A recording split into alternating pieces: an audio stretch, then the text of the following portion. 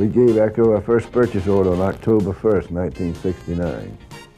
In April of '73, when we took Echo on, we were just looking for another page in our book. And he asked to be replaced back in '85. I made the decision to put the company together and come to Texas and continue on where he'd left off. Fall of 1971, we actually joined up with him. This is Walt Garrison for Echo Chainsaw. I believe in them, because Echo builds them extra tough and easy to start.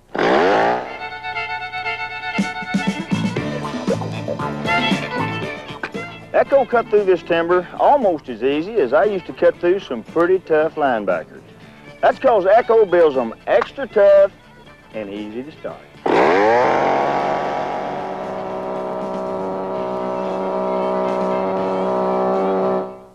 So I went out and I got a CS 451, and I fueled it up, and I went out and back of, we had two buildings, out in the second building, and I tied the throttle down, wide open, and let it run, which, you know, it'd just blow up, right? All the rest of the equipment we had anyway would have, the home light, McCullough, any of that. And I kept running, and kept running, and kept running, and you know, 10 minutes went by, and I heard it, and it's still running, and I said, oh boy, I can't believe it. Finally, after 25 minutes or so, it ran out of gas. It quit. Or I thought at the time, well, I got you. And I went out and looked, and that poor thing had dug a hole in the ground because it was sitting there shaking, and it was a chocolate brown, and it hadn't melted the rubber on the handlebars, but it had got bigger because it was so warm. And it still pulled over, and I couldn't put gas in it because it was so hot, it would just blow out. So I had to let it cool off for about 5 minutes, and then I filled it up, and I said, well, I'll get you good this time. So I took a red shop towel and wrapped it around the fan where it wouldn't get any air. I said, you gotta go now, baby. And I tied the throttle down, and I started it up, and it ran, and I kept listening. I'm listening. 10 minutes later, it was still going. I said, I can't believe it. 20 minutes later, it was going. I said, this can't be. And pretty soon it ran out of gas, and I went out.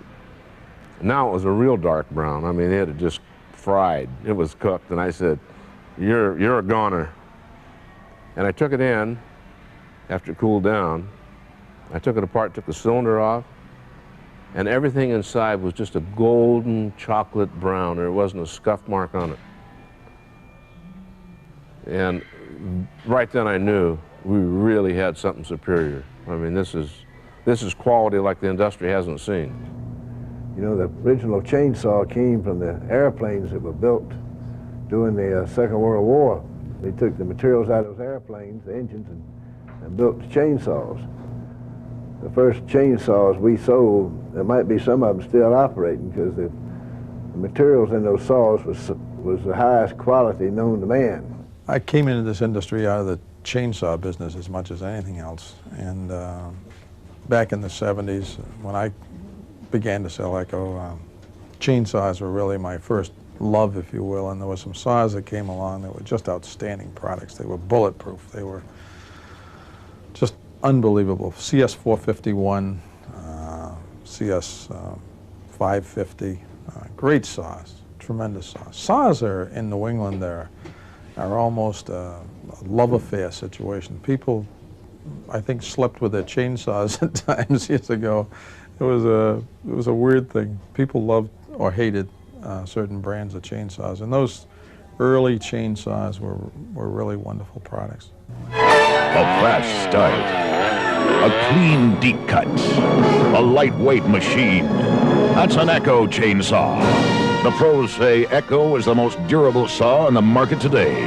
Now, the durable Echo is available to you at an Echo dealer in the area. Ask for the durable one. Echo. The pros do. Okay, man, time for a test report on our top competitor, the Echo Weed Trimmer. Great balance, boss. Handles like a dream. Oh, it's light as my electric, sir. Ain't light on power. All weed trimmer engines should be like this. Echo can do it. It's got the RPMs for smooth cutting, too. Hey, can I borrow this over the weekend? Echo, the lightweight heavyweight.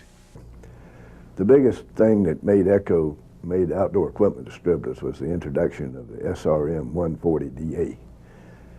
That was a gasoline trimmer that happened about 1978. And that established Echo in our marketplace. They were able to develop this small engine and take advantage of Weed Eater. Weed Eater had told the world they could buy electric for $89.95, and they had a big gas bulky unit, was $300 and some. That was designed, I think, by Hofco, very heavy. And Echo came out with a lightweight machine, and I believe we sold for about $129, $139. I don't want to say they started the string trimmer business because Weed Eater did. But they had Weed Eater went the route of inexpensive, less quality. So I could say that Echo was the first one to come out with a true quality string trimmer. First one with the handheld gas blower. I believe they were the first with a backpack blower. You know how big that business is throughout the United States.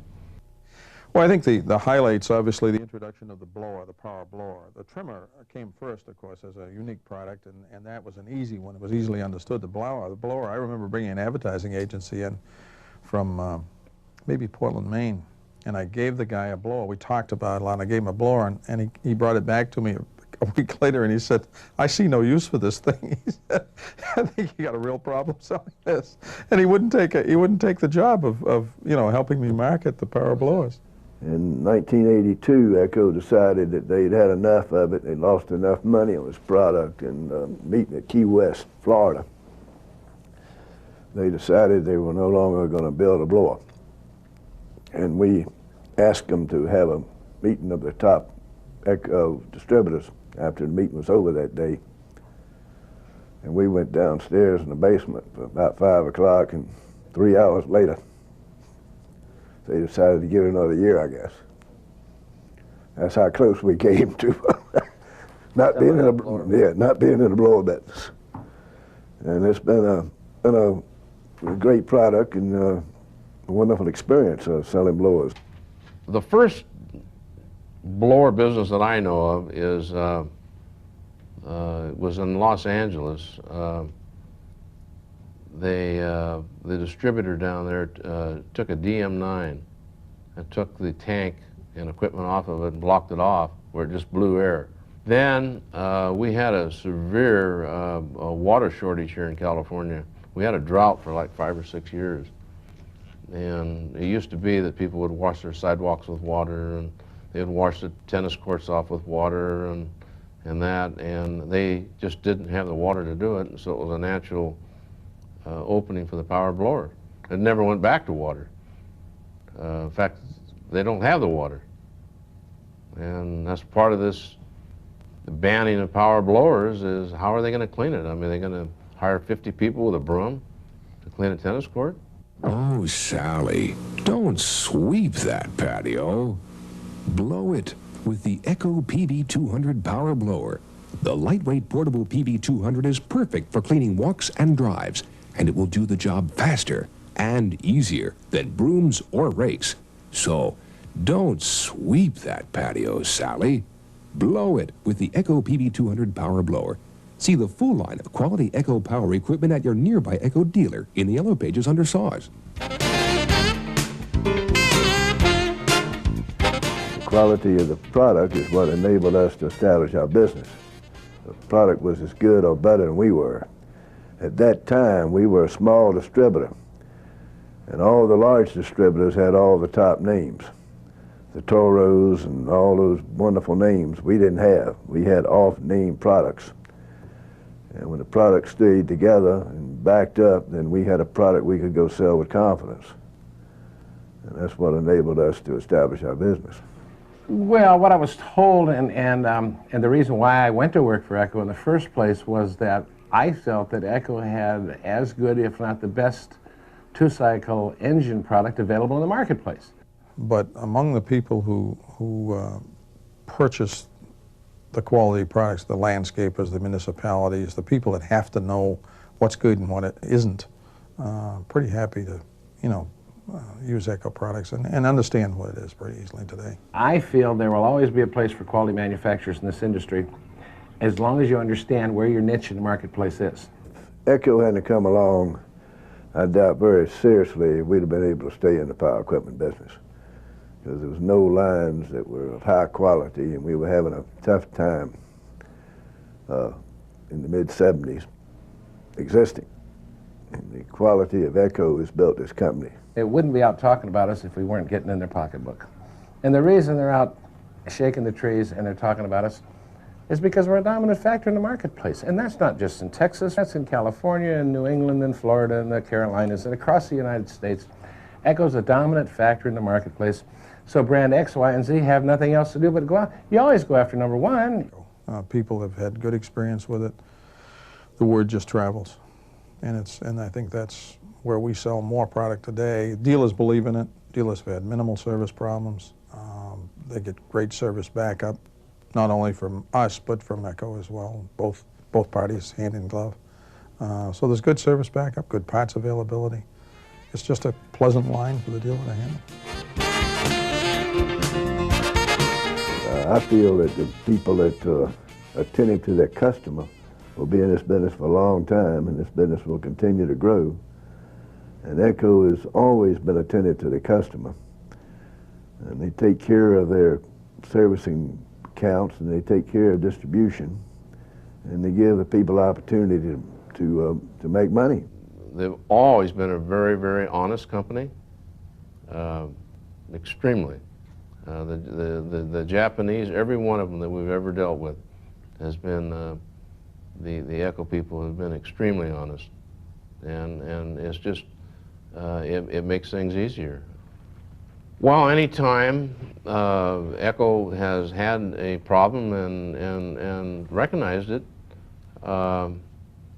they do whatever it takes to cure it, to fix it, and do it right. If it means to call all the equipment back out of the field and ship it back to Echo and fix it, they've paid for it. They do it right away. That's reaction, but that's what makes Echo. I mean, that's why the consumer and the dealer trust Echo, and they know that they'll back up the product and not leave them out in the cold. Well, I would tell him, a new distributor, he'd have a wonderful opportunity for Echo to be a successful part of his company. If he's a new employee, I would tell him that he'd have a wonderful opportunity to work for a company that would have a good program, a good products, and he would have an opportunity to have security for his family by doing a job with a first-class manufacturer that lives up to its policies and looks after its customers and its employees. I think all of that's very important. And from a business standpoint, anybody new to Echo, Echo's going to look after them if they go out and do their job. Well, I remember Mr. Kajiyoshi visiting our company probably about 1971 or 1972, a few years after we were set up. He was head of the foreign market at the time. Well, I think just recently, within the last year, Mr. Kajiyoshi, who was chairman of the board of the Hurst Corporation, passed away.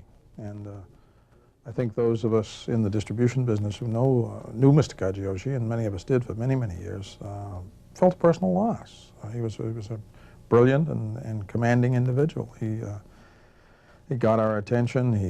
He was willing to listen to us. He was a wonderful gentleman. And we felt, all of us felt, I think, a real personal loss. Rocky Watanabe has been with us for many, many years. I believe Rocky was in the Atlanta office before the company ever went to Chicago. Has played a very important part. Mr. Yokomiso was on the board of directors for many years, retired a few years ago. Andy Kuchmer, who's still with Echo, and of course is their national service manager today, and Andy's been there from almost day one. And Andy has really been a driving force, an instrumental factor in getting Echo where they're at today. And I guess from Japan, the Rocky Watanabes and the Mike Horys and the Tak Sasaki, who is currently the president. So I went into Home Depot over here last Saturday, and they had a GT 2000 hanging there for $159.95, and they had a McCullough trimmer hanging there for $69.99. And I just stared at it because it looked the same. One was yellow and the other was gray. And the guy came walking up, and I asked him, how can this be? Is this a mistake? How can one sell for $69 and the other for $169? And he said, well, it's simple. You buy one of these every year, and you buy one of these, and they last 10, 15 years. Steel will beat your brains out if you give them a chance. The other competitor is, primary competitor with Echo is Shindawa. That's probably it. The rest of the competitors are kind of gone away. You said we were one of the big boys. Some of them had to pack up and leave. Just not enough left for them. I think some of the other manufacturers that haven't made the commitment, like Echo's made, that they will fade out. They won't meet CARB, they won't meet these rules, and they don't want to, or they won't produce equipment for California. I also think that as the rules become more stringent, that the very inexpensive equipment, some of that is going to go by the wayside because they just can't meet those requirements. All the competition is always going to be there. You can't do away with the competition. The competition will probably have some different players. Some of the same competition today will still be there. Some of it's going to go away. A few years ago, they presented an edger, called a stick-on edger. And we're not in an edger market. The three-wheel edger market is not the Carolinas. But in a few years, we're selling about 1,000 edgers. And the customers make a nice profit on them, and our competitors have copied it. And they're selling edges too. It's hard to remember when our competitors developed a product that we were able to copy. It seems that we always developed a product and they copied.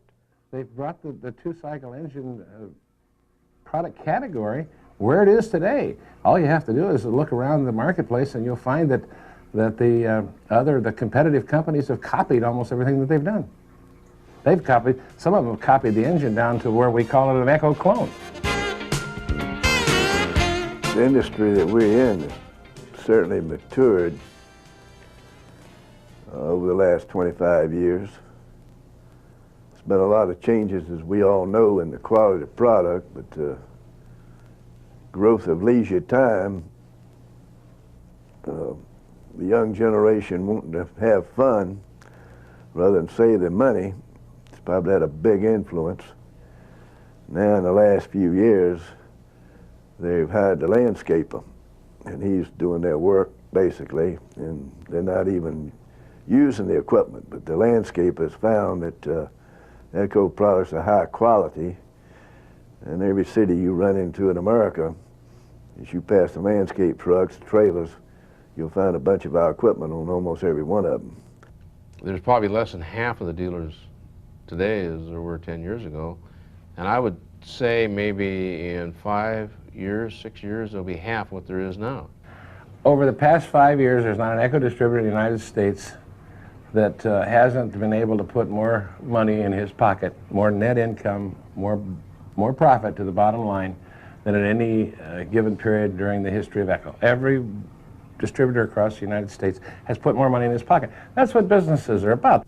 Echo's future is good. I mean, I think that Echo has been experimental, willing to look at a different product group, and if it worked, fine, and if it didn't, then they made a very good exit. It was done honorably and with class, and Echo's future would seem assured. They're in control of their destiny as they're an engine manufacturer. The commercial end of this business is going to continue to grow by leap bounds. And the green thumb operation and the hobby man will always keep the consumer going. the Echo will continue to be in great demand commercially. Everything revolves around Echo, and everything that we do has evolved from Echo. We just can't get away from it. It's the way it is. Every day, Echo is there, and everything that we do is sort of circles around the Echo brand. So our future in this industry is very bright. Anybody can perform the service and keep their customers happy, they're going to have a good business. There's no question.